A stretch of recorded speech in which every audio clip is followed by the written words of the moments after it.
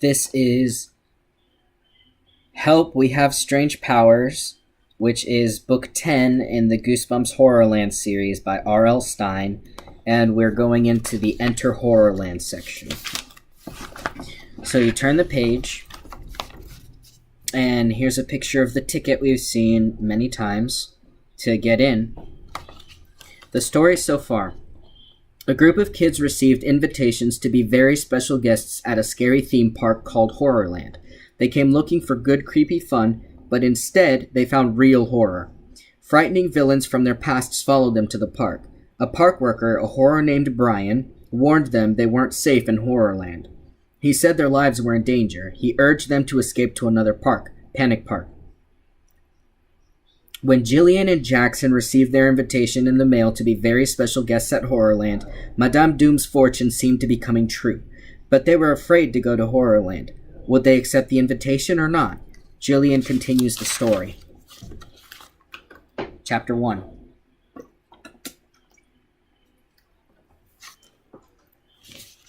Why did my brother Jackson and I agree to go to that scary park?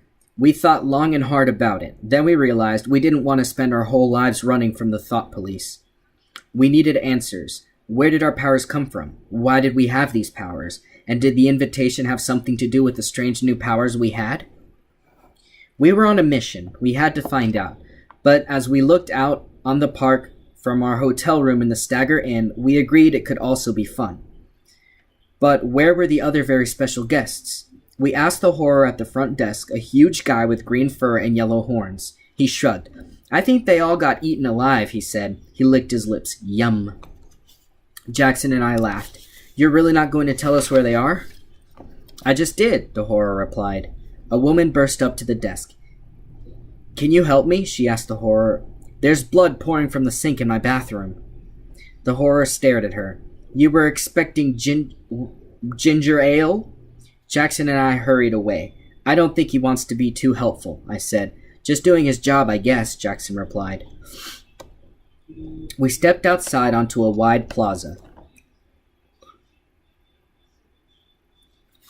It was crowded with kids and families. I saw a row of shops and food carts. A horror was handing out helium balloons shaped like human skulls. A blue-furred horror stood behind a table with a sign that read, Small Bites. What kind of food are you selling? I asked. It's not food, he said. Come over here and I'll bite you. Some kids laughed. Jackson and I kept moving.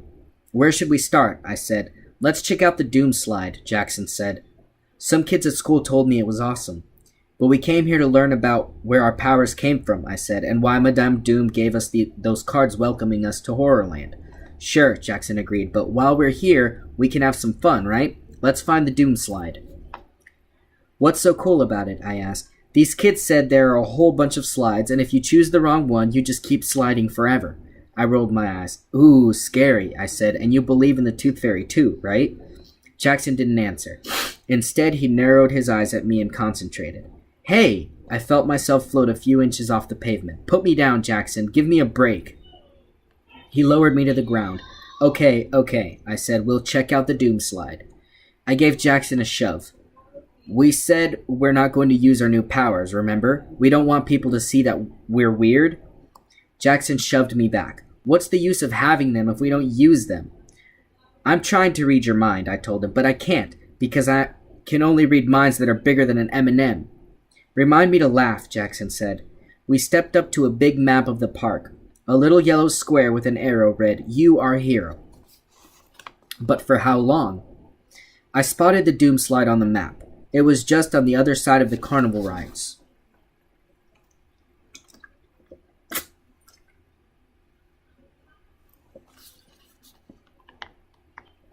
Jackson and I crossed the plaza.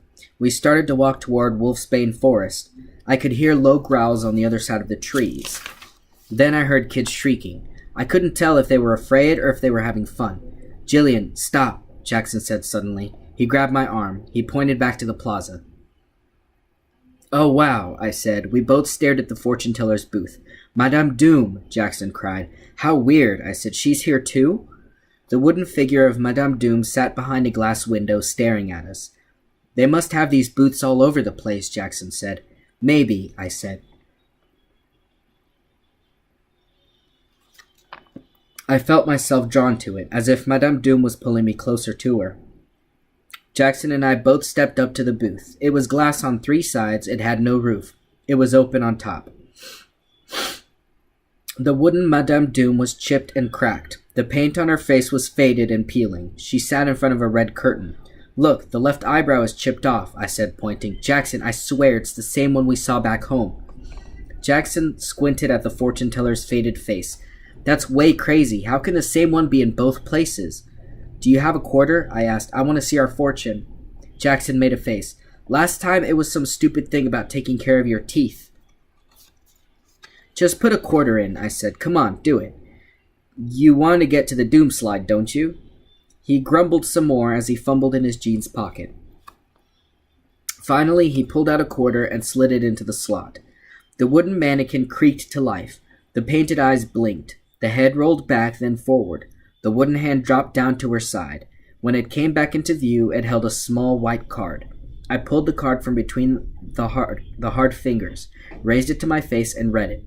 "Well," Jackson demanded, "what does it say?" I held it up to him. The card read, "Escape HorrorLand." Chapter 2. Jackson and I stared at the card.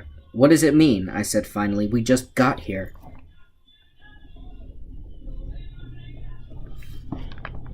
Jackson shook his head. "We got 2 cards that said welcome to HorrorLand, now a card telling us to leave. I don't get it. It's too weird." I kept thinking about it as we turned and started walking past Wolfsbane Forest. The sun dipped behind a wide bank of clouds, and long blue shadows stretched in front of us. Without the sun, the breeze grew chilly. I shivered in my sleeveless top. Should I go back to the room and put on something warmer? Jackson and I both stopped short when a man jumped in front of us. "Inspector Cranium!" He was in his long white lab coat. His bald head glowed like a light bulb in the flickering sunlight. A thin smile played over his face, and his gold tooth flashed.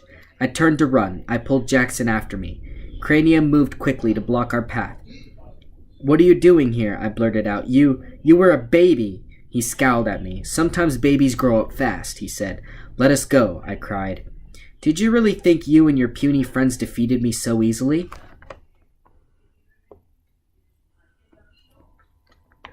"Do you really think your little friend is the only one with power over time?" Then he said softly, "Don't you two know why you're here? Don't you even have a clue?" "Tell us," I cried. "Tell us what's going on," Jackson demanded.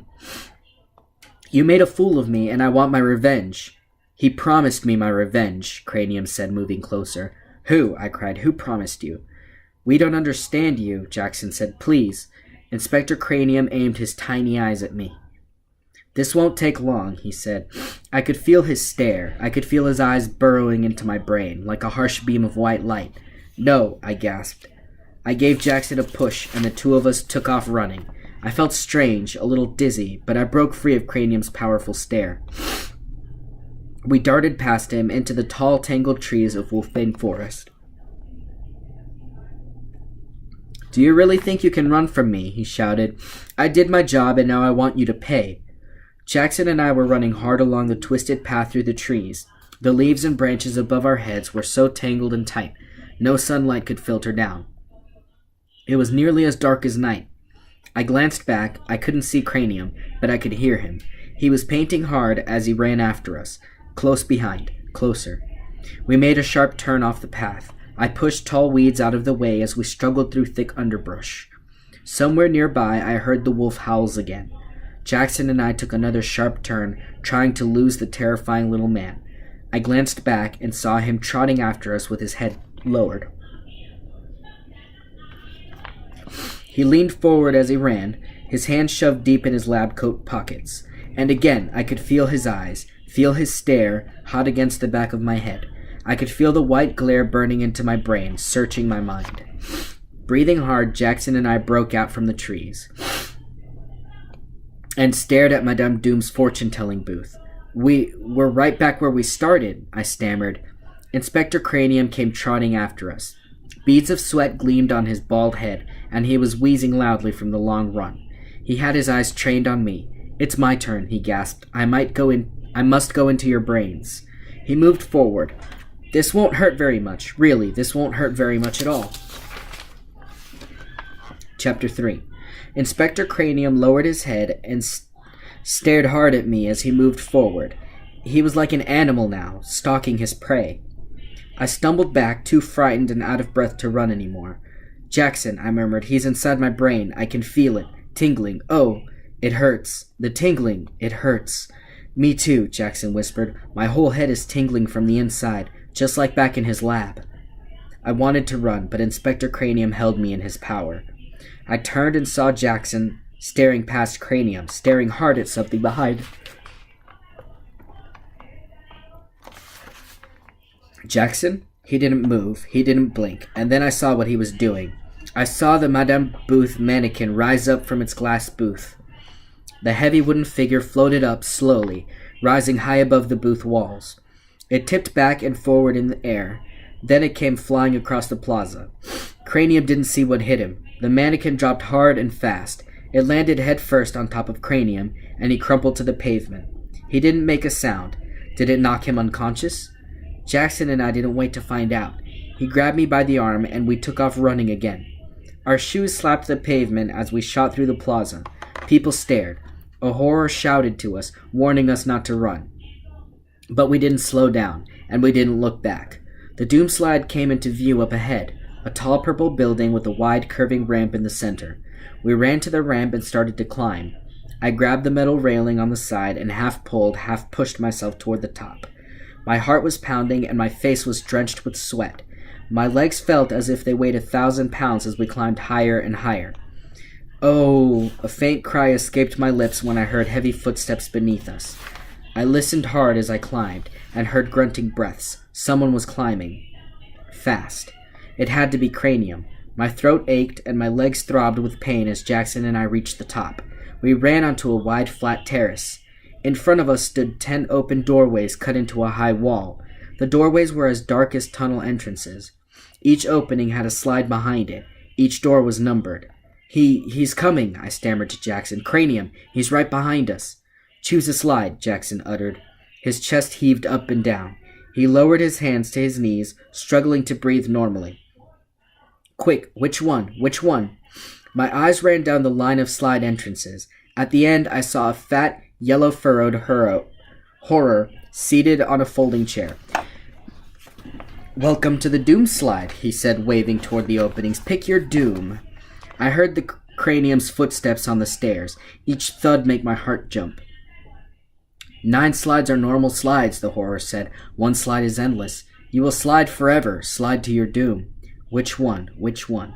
I concentrated, trying to read the horror's mind, but I couldn't pick up any thoughts. Was it because horrors aren't human? I heard a sharp, angry cry, turned to see Cranium burst out of the stairwell. He pointed up fingers at us. "You can get away from me, but you can't escape the menace." The menace? Who was that? Did I know that name? No time to think about that now. "Come on." I grabbed Jackson's arm and pulled him to slide number 4. I dove through the doorway in total darkness and dropped onto the slide. Jackson was right behind me. We both sat with our legs straight ahead and started to dive down. The slide was steep with curve after curve, like riding a pretzel, I thought. Hot wind brushed back my hair as I slid down. I listened for Cranium, but couldn't hear anything over the rush of wind and the whir of our bodies against the smooth, curving slide. Down, down. I don't like this, Jackson cried behind me. "It's taking forever," I shouted. We spun around another curve, curling down sharply into even deeper blackness. "Jillian," Jackson's voice trembled. "Jillian, I think we picked the doom slide." Chapter 4. I felt like screaming. I wanted to cry out for help. The slide bumped hard and curled again. I had my arms crossed tightly in front of me, so tight it was hard to breathe. The hot wind brushed my face as I dropped through the darkness. Then I blinked as I saw a flash of bright light up ahead. Was that sunlight? Yes. The slide tilted up and I slowed down. Slower, slower. "Hey!" I let out a cry and came to a sharp stop at the end of the slide. I lowered my feet to the ground. "Look!" Jackson rammed right into me. We both stumbled to our feet. We were back on solid ground. I blinked hard, waiting for my eyes to adjust to the sunlight. It took me a while to realize that Jackson and I were surrounded by horrors. They formed a tight circle around us. "What do you want?" I stammered. My heart was still racing from the long slide through darkness, and my throat was dry and throbbing. Jillian Gerard? Jackson Gerard? One of the horrors asked, squinting at us. My brother and I nodded. Come with us, the horror said. Why? Where? Jackson cried. The horror frowned at us. We cannot have you wandering around on your own, can we? His dark eyes went cold. That just wouldn't be safe.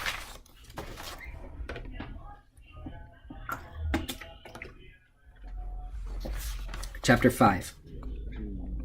The horrors tightened the circle around us. Their fur smelled sour, like my friend Marcy's dog, who always needs a bath. One of the horrors spit something brown and disgusting onto the pavement at my feet.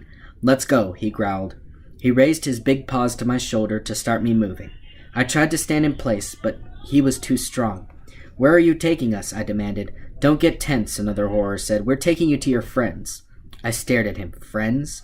To the other very special guests, he said. He pulled a fat brown bug from the fur of his chest and flicked it away. They are all safe and sound with the keeper. They marched us through the crowded plaza. People stopped to stare. They probably wondered why Jackson and I were getting such special treatment. Or maybe they thought we did something wrong and were in major trouble. My mind whirred. Who is the keeper? Why shouldn't the other guests be safe and sound? I demanded. Sometimes things get scary here, a horror murmured. We just got here today, Jackson explained. We don't know what you're talking about, really. Almost there, a horror said. He pointed to a building up ahead. It was a red brick building with a marquee over the wide entrance. The marquee read, Haunted Theater. You're taking us to a show? I asked. No one answered me. The horrors began walking faster. Jackson and I had no choice. We had to jog to keep up with them. A sign in front of the theater read Mondo the Magical. I'm totally confused, Jackson whispered. A magic show? At the side of the theater, I glimpsed two kids, a boy and a girl. They both had straight black hair and bright blue eyes. They peeked out at us from the corner of the building. Why were they watching Jackson and me so closely? I just got a quick glance at them. When I turned to stare back, they both ducked quickly out of sight. I don't know why, but just the sight of them made me feel uneasy, suspicious. The horrors led Jackson and me to a small gift shop next to the theater. Painted on the front windows were the words Mondo's Tricks and Treats. We pushed into the store and down a narrow aisle. It was a magic store. The shelves were filled with magic tricks, wands, top hats, and other magician gear. They marched us through a back room, then to a stairwell in the far wall. Down there, a horror said. Watch your step. The stairway was steep and narrow. Our shoes thudded on the metal steps. The air grew hotter as we climbed down. 1 flight, 2. I took a deep breath. Stay calm, Jillian. You can handle this. But there we were, 3 flights below ground. If we needed help, no one would ever find us down there. What did they plan to do with us? They unlocked a door at the bottom of the stairs. They pushed Jackson and me into a big room. The keeper is waiting for you, a horror said. Keeper? I asked. My voice cracked. Don't make him angry, another horror said. He can be harsh. I didn't like the sound of that. The horrors didn't follow us into the room. The door clicked shut behind my brother and me. Jackson and I took a step into the brightly lit room, a huge room that looked like it had been decorated by a 5-year-old. Furry orange and green chairs and couches, a big zebra skin rug, bright yellow wallpaper with blue fish all over it, a purple and white polka dot table with big claws on the legs, a striped floor lamp painted red and white with a barber pole, and overhead a huge crystal chandelier. So many colors, it was almost blinding down there. It took me a few seconds to see that the room was crowded with kids. They were all about our age, and standing in front of the kids, 2 men in totally weird superhero costumes. One of them was dressed in red and blue tights, feathery yellow boots, and a leopard skin cape. The other man was bigger, broader, with bulging biceps and a wide chest. He was dressed all in purple tights, a top, purple cape, purple boots. He had a purple mask pulled over halfway down his bright red face. When I got over my shock, I saw that the purple guy was using both hands to hold a boy off the floor. The boy kicked and struggled, but the superhero wouldn't let him down. "Let me go! Let me down!" the boy screamed. Both superheroes suddenly discovered Jackson and me. They turned and stared at us through their masks. "Do you know what pops my petunias?" the purple one screamed. "Fresh meat."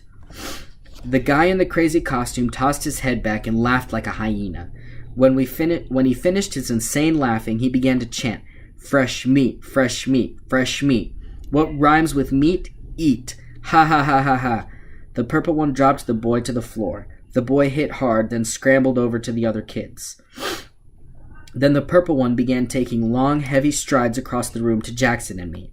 "Did you come to see what the purple rage can do when he's in a rage?" he bellowed. "Well, goody, you're just in time."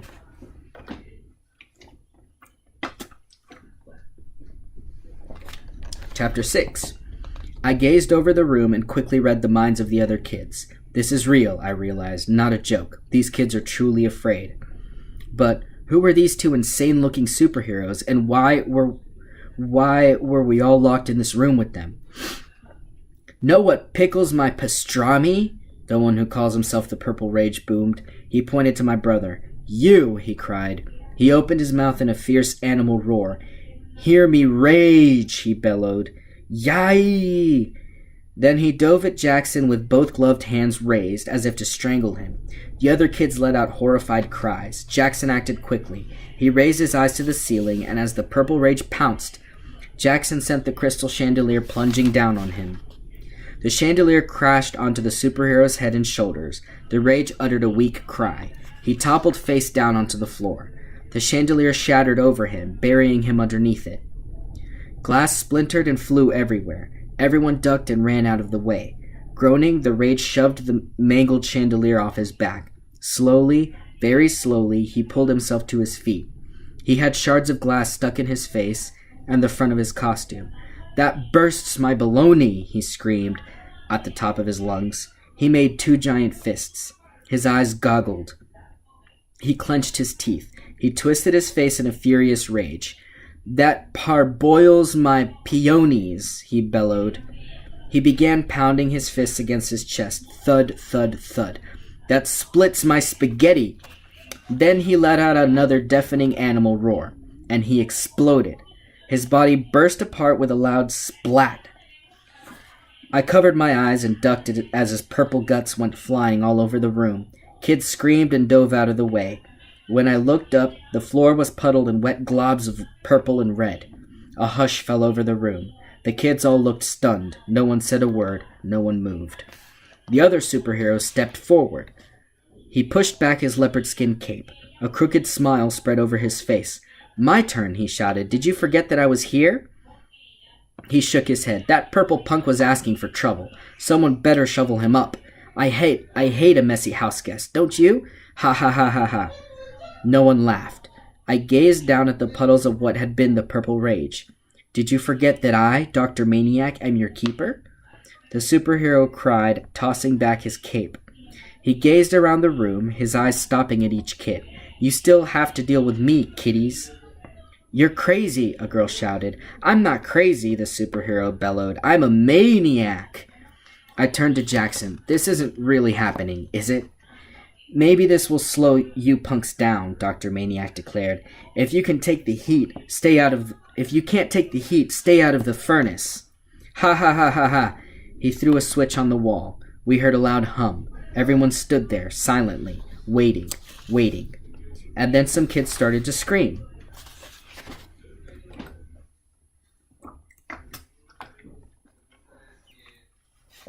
Chapter 7.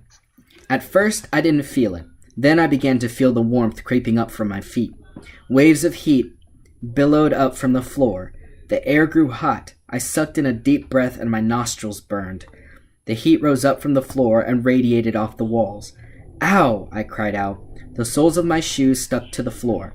The burning heat floated from below and wrapped all around me. Kids began hopping up and down, shrieking and pleading for Dr. Maniac to shut off the heat. The floor was like a burning griddle. Sweat ran down my face, down my back. My clothing stuck to my skin. Jackson's face was bright red, glowing with sweat. He was panting loudly, gasping for breath. Kids scrambled onto the chairs and couches to rescue their scalding feet. The air grew hotter, so hot and dry my skin burned and my eyes felt scratchy and raw. "Turn it off! Turn it off!" a girl screamed. "Can't breathe! I'm burning up!" Dr. Maniac kept his yellow-gloved hand on the switch. His wide grin stayed frozen on his face. "Suntan lotion, anyone?" he shouted. "Are you getting a good burn?" He laughed his ugly laugh. "Please, can't breathe," a boy gasped. "Ow, it hurts. It burns so bad." "Turn it off, please, turn it off." Suddenly, I heard the thoughts of the boy next to me. His dark hair was matted wetly over his forehead. His shirt was drenched, but he stood very still, not wriggling from the heat. I used my powers to study his mind. His name came to me, Robbie Schwartz. The names of the other kids were coming to me too. Robbie stared at Dr. Maniac, thinking hard. I created Dr. Maniac, Robbie thought. He's my comic strip character. I made him up. I know him better than anyone. How can I destroy him? How? "I know you kids all like to be cool," Dr. Maniac boomed. He threw another switch on the wall. "How cool can you get?" he cried.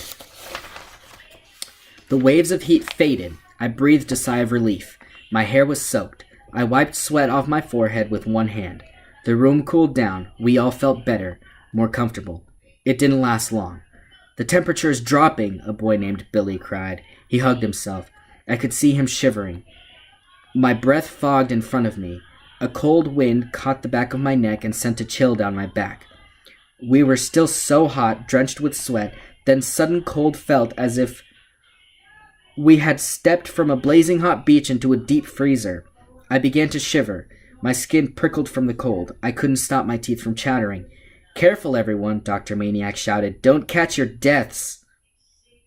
Ha ha ha ha ha. Beside me, Robbie Schwartz continued to stare at the superhero, thinking hard. He began to shiver. His arms quivered at his sides. "Help me," Robbie shouted. "Help me! Help me!" His voice came out high and shrill. His whole body trembled from the cold. "Help me, please," he pleaded. I can't take it. I can't take the cold." Robbie uttered a heavy groan. Then his eyes rolled up in his head. His mouth dropped open, and he collapsed to the frozen floor at my feet. He didn't move. Kids screamed in horror. I bent down. I leaned over him. I turned him onto his back. A terrified hush fell over the room. I put my hands on Robbie's cold cheeks. I lifted his head gently, then set it back down. I placed my hand on his chest and listened. Then I raised my eyes to Dr. Maniac. "You killed him!" I screamed angrily. "He's dead! Robbie is dead!" Chapter 8. Kids gasped. Some covered their faces or turned away. I climbed slowly to my feet. I kept my eyes on Dr. Maniac. "You are a murderer," I shouted. "You killed him." Dr. Maniac's grin finally faded. Beneath his orange visor, his eyes went wide. He clapped his hand to his mouth. "No," he shouted. "No." The room grew silent. I pointed my finger at the superhero. "Murderer," I said again. "No, no one can die," Maniac cried. "I'm the keeper. My job is to keep you here. No one can die." He took a step toward me, then stopped. "Is he really dead? Really?" I nodded. "I'm ruined," Dr. Maniac wailed. "Ruined! The Menace will kill me now." The Menace? That's the second time I've heard that name. Who is that? I quickly read other kids' minds. They were clueless too. They had never heard of the Menace. "I'm ruined. I'm meat. I'm nothing but contaminated meat now," Dr. Maniac screamed. He let out a sob. "No, I can't end this way. I always promised myself a happy ending. No, no way. I can't handle this." He began to scream, howling like a hound dog. Then he shot his arms forward as if he wanted to take off flying.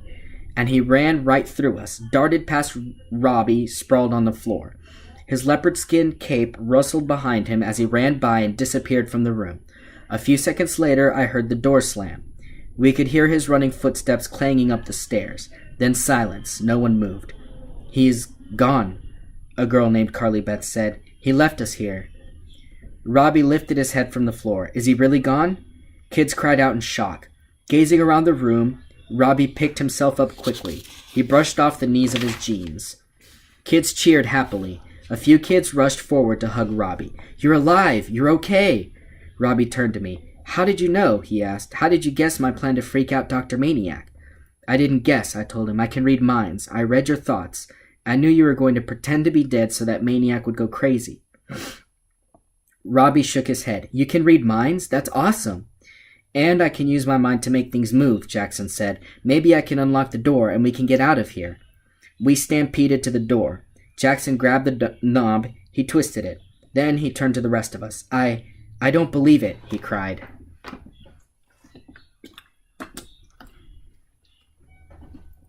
Chapter 9. It isn't locked, Jackson said. He pulled the door open all the way. Robbie snickered. Dr. Maniac left in such a panic he forgot to lock it. Let's go, Carly Beth cried. Wait, I said. Where are we going? Why were you all locked down here with that nutcase superhero? I don't understand any of this. Matt Daniels stepped up to me. We're all very special guests, he said, and we have to get out of HorrorLand. We were brought here for a reason, but we don't know why. We just know that there are a lot of evil characters trying to hurt us here. We're trying to get to another park, a girl named Julie said, a place called Panic Park. 3 of our friends are already there. We'll be safe there, Matt said. The horrors in this park are evil. They are all out to get us. We have to escape HorrorLand and get to Panic Park. How? Where do we go? I asked. Follow me, Matt said, starting out the door. I have a plan. We have to go back to the hotel. We made our way up the metal stairs, then we hurried through the magic shop and out into the sunlight. The Stagger Inn stood on the other side of Zombie Plaza. It seemed like miles away. We were all too frightened to talk. We walked in single file and kept in the shadows of the shops. Whenever we saw any horrors, we tried to blend into the crowds and wait for them to pass. We were hurrying past a mask store when I spotted those 2 kids again, the same boy and girl with the black hair and blue eyes. They were tall and thin and very pale. They were watching us intently from behind a low brick wall. Again, just the sight of them gave me the chill. Who were they? Were they spies for the horrors? We sneaked into the hotel through a back door. Matt led the way down a long hill. I hurried to catch up with him. What's your plan? I asked. We turned a corner. He didn't slow down. We have to find mirrors, he said. Did you notice there aren't any mirrors in HorrorLand? That's because mirrors are the way to escape. We can travel through mirrors to Panic Park. I shook my head. I don't understand. Brittany and Molly are 2 very special guests who disappeared, he explained. They were sitting in a cafe in this hotel. They stepped through the mirrors on the wall, and they ended up in the other park. Carly Beth moved in front of Matt. But we already looked for the cafe, she said. And we couldn't find it. It disappeared, remember? What makes you think you can find it now? Matt pulled a gray card from his jeans pocket. This is the room key card that Byron gave me. He turned to me. Byron is the only horror that's on our side. He's been trying to help us get to Panic Park. You're going to use the key card? Carly Beth asked. How? I'm not sure, Matt confessed. Maybe hold it up to the wall or something. It's opened a lot of places for us. It got us into the cafe before. Maybe it'll help us find the cafe. Carly Beth shook her head. I think we're wasting our time, Matt. The cafe is gone. Look. She slapped her hand against the wall. It's solid. There's nothing behind it. It's our only chance, Matt argued. He held the gray card up to the wall. He slid it along the wallpaper. Come on, wall. Move, he cried. Come on, please. Open up. Chapter 10. Nothing happened. Matt began to walk back and forth, sliding the card along the wall. Come on, card. Work your magic. Open up the wall. Nothing. He groaned. I know the cafe was right in this spot. How could it just disappear like that? He tried again, sliding the key card over the dark wallpaper. Jackson pushed through the crowd of kids and stepped up beside us. Let me try, he said. He narrowed his eyes and began to concentrate on the wall. What's he doing? Robbie asked. Why is he staring like that? I opened my mouth to answer, but a loud crack made me stop. I jumped back as a jagged crack ran down the wall. Kids gasped as the crack grew wider and the wall slowly pulled apart. Jackson stared hard, and the wall slid open like sliding doors. It's working, I cried. As the wall slid away, a window came into view. Through the window, I could see a brightly lit restaurant with blue and white checkered tablecloths on the tables. Behind the 2 rows of tables, the walls were covered in mirrors. The wall pulled away even more to reveal a glass door. Yes! Yes! Matt pumped his fists in the air. He slapped Jackson a high five. You're a genius, he cried. Matt slid the key card into a slot beside the door. The door swung open and we burst inside. No one there. It seemed to be an ice cream parlor. I saw big tubs of ice cream in the freezer near the front. A sign behind the counter read, "550 sickening flavors. Try 'em all today." Matt led the way to the mirror on the back wall. He stabbed a hand forward, and the hand disappeared into the mirror. "The glass is soft, like liquid," he cried. "Let's go, everyone. We're out of here." "Careful," Carly Beth warned. "One at a time. Line up. Come on, into the mirror. One at a time." She called off the kids' names as they stepped into the glass and disappeared. Billy, Sheena, Boone, Sabrina, Abby. "How weird is this?" Jackson said to me. "They're gone. They walked right into the mirror." Before I could answer, an angry voice boomed from behind us. "Are you kids crazy? What do you think you're doing?" I spun around as two monster police in black and orange uniforms burst into the cafe. They raised long black cubs and came running at us. "What are you doing?" one of them demanded. "Escaping," Jackson called to them. He turned his gaze to the ice cream freezer. The door slid open, and the big tubs floated into the air and came crashing down on the two horrors. The monster police let out angry groans, toppled to the floor under the tubs. Their black clubs went flying. The rest of us, all 6 of us, dove into the mirror at once. Chapter 11. "Ow!" I screamed as my forehead cracked into solid glass. Beside me, the other kids cried out in shock and pain and bounced off the glass, staggering back. Shaking off the pain, I punched the mirror with both fists. The glass was hard, no way to escape into it.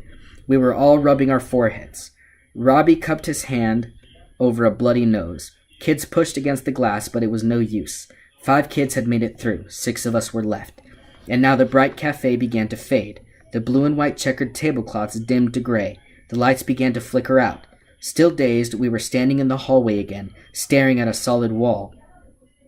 I heard thudding footsteps running toward us, and from the corner came 4 more monster police officers waving clubs.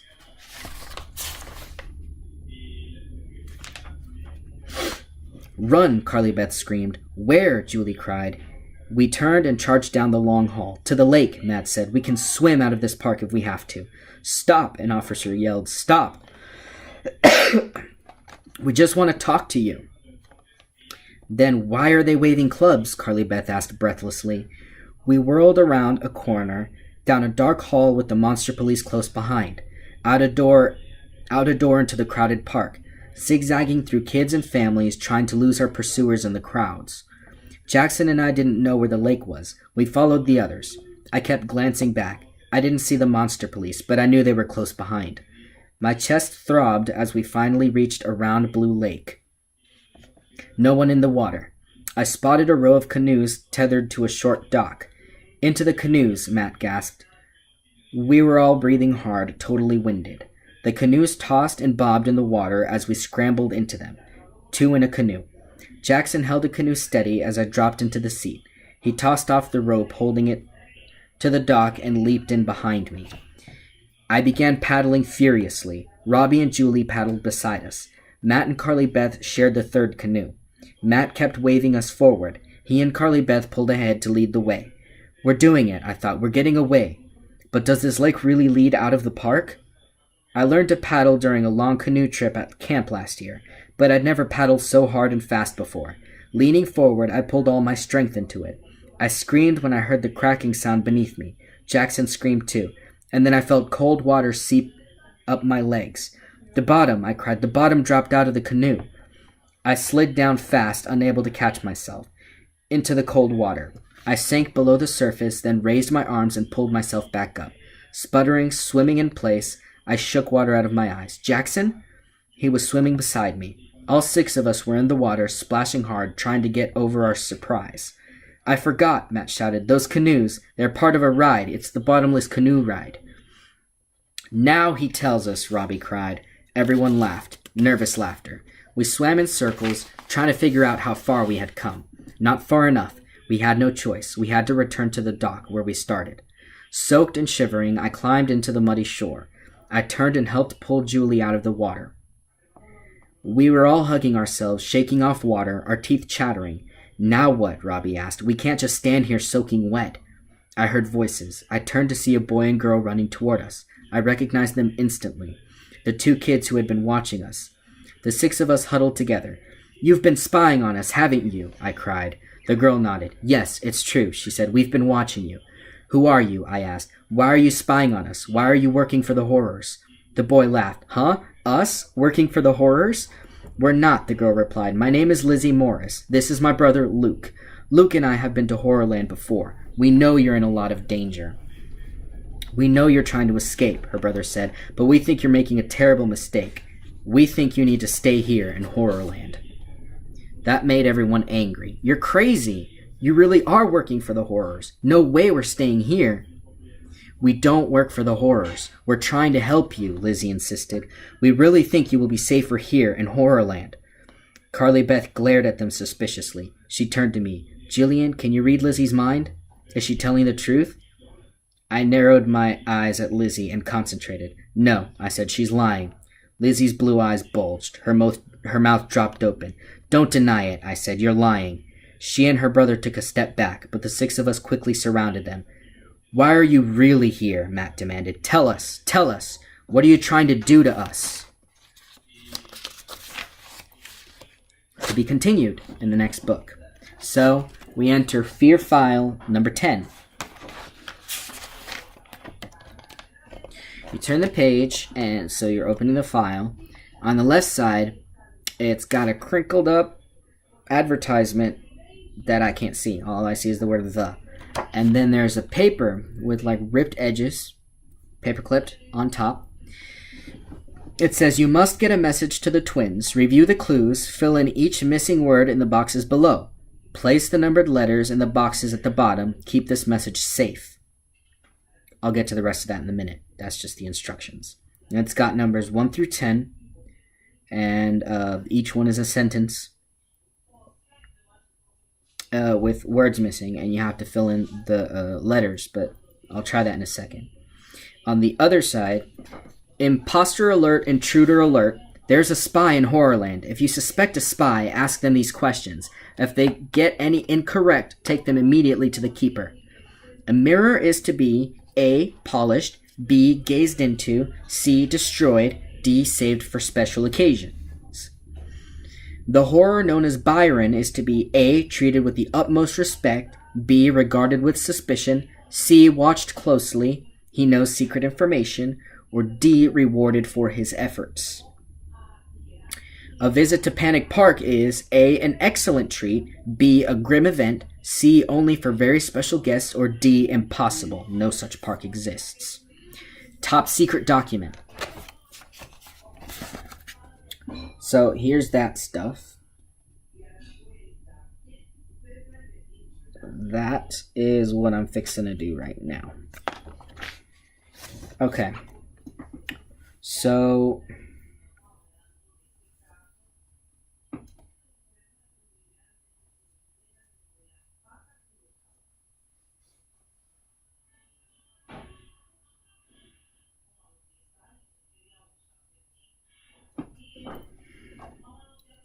need a pen, or a pencil probably would be better. 1 second. Okay, got a pen. I should probably use a pencil, but I don't have one nearby. Question 1. Brittany's room is on the blank floor. 13th. ¿Quieres que las enmiquemos?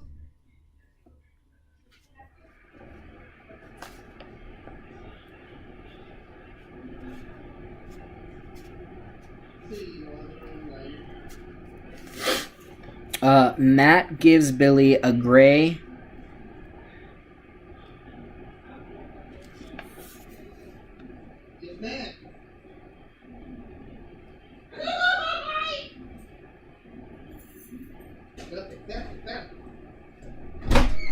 I'll need to go back to that one. Byron uses a blank to contain the monster blood. Mirror.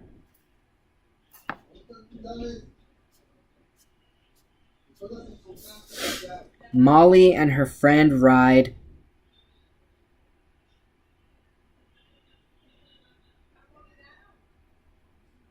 There's 4 words. I'm going back to that one too. The one word, second word, gives Robbie an odd feeling. Go back to that one. One word. Special token has a pyramid on it.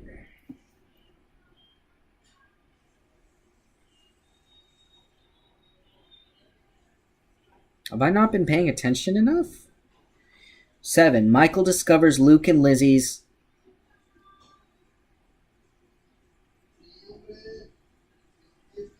I must look really dumb right now. Julie's clue confirms that the cafe is in a...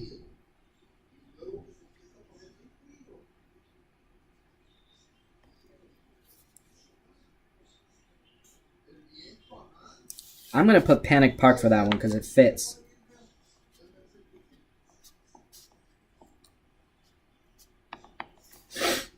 Boone learns the horrors are afraid of snakes.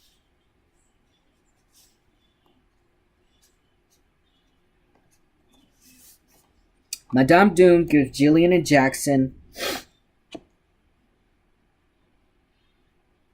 cards. Honestly, she gave them 3 cards, from what I can tell.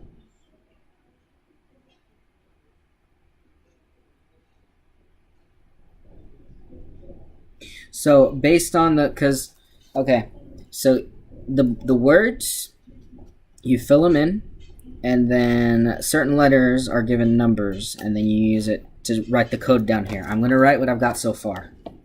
So the 1 is a T, so anywhere there's a 1, I'll put a T. Anywhere there's a 2 goes an H.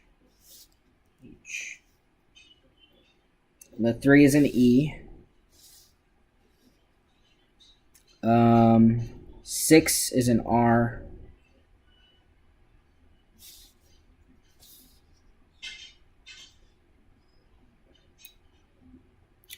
14 is an R. Oh.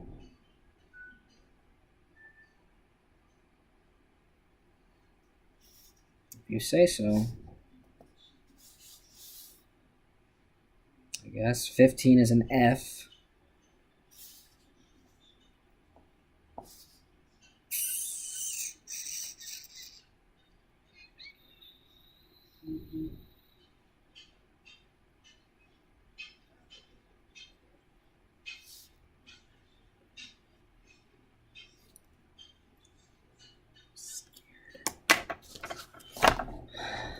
Give me a second. I think they were looking for the word scared instead of afraid of snakes.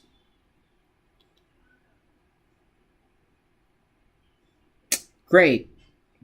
See, this is why I should have used a pencil.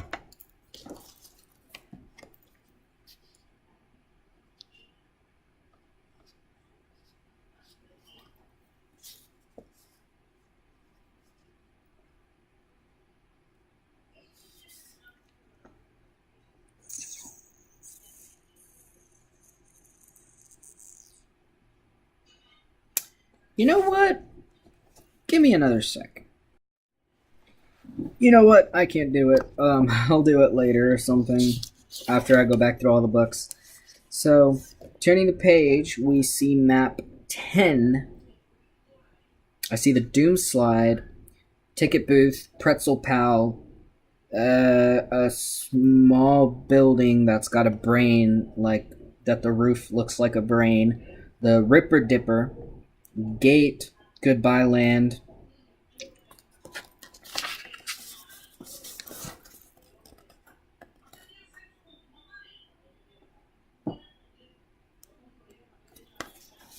And then you've got map number 8 connects over here. This side. So, that's that.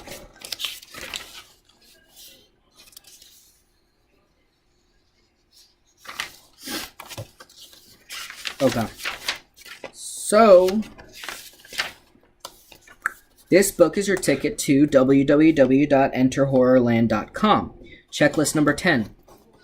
Inspector Cranium has a bone to pick with your brain. Can you resist? Warning, you've entered the Doom Slide. Will you beat the odds? Watch out for the tombstones and what's under them. Uh-oh, the Purple Rage is very angry. Can you stomp his stroganoff? Dr. Maniac has gotten everyone heated up. Try and cool down, but don't get too cold. Okay. To be continued in the next book. Oh, we're all done with this one.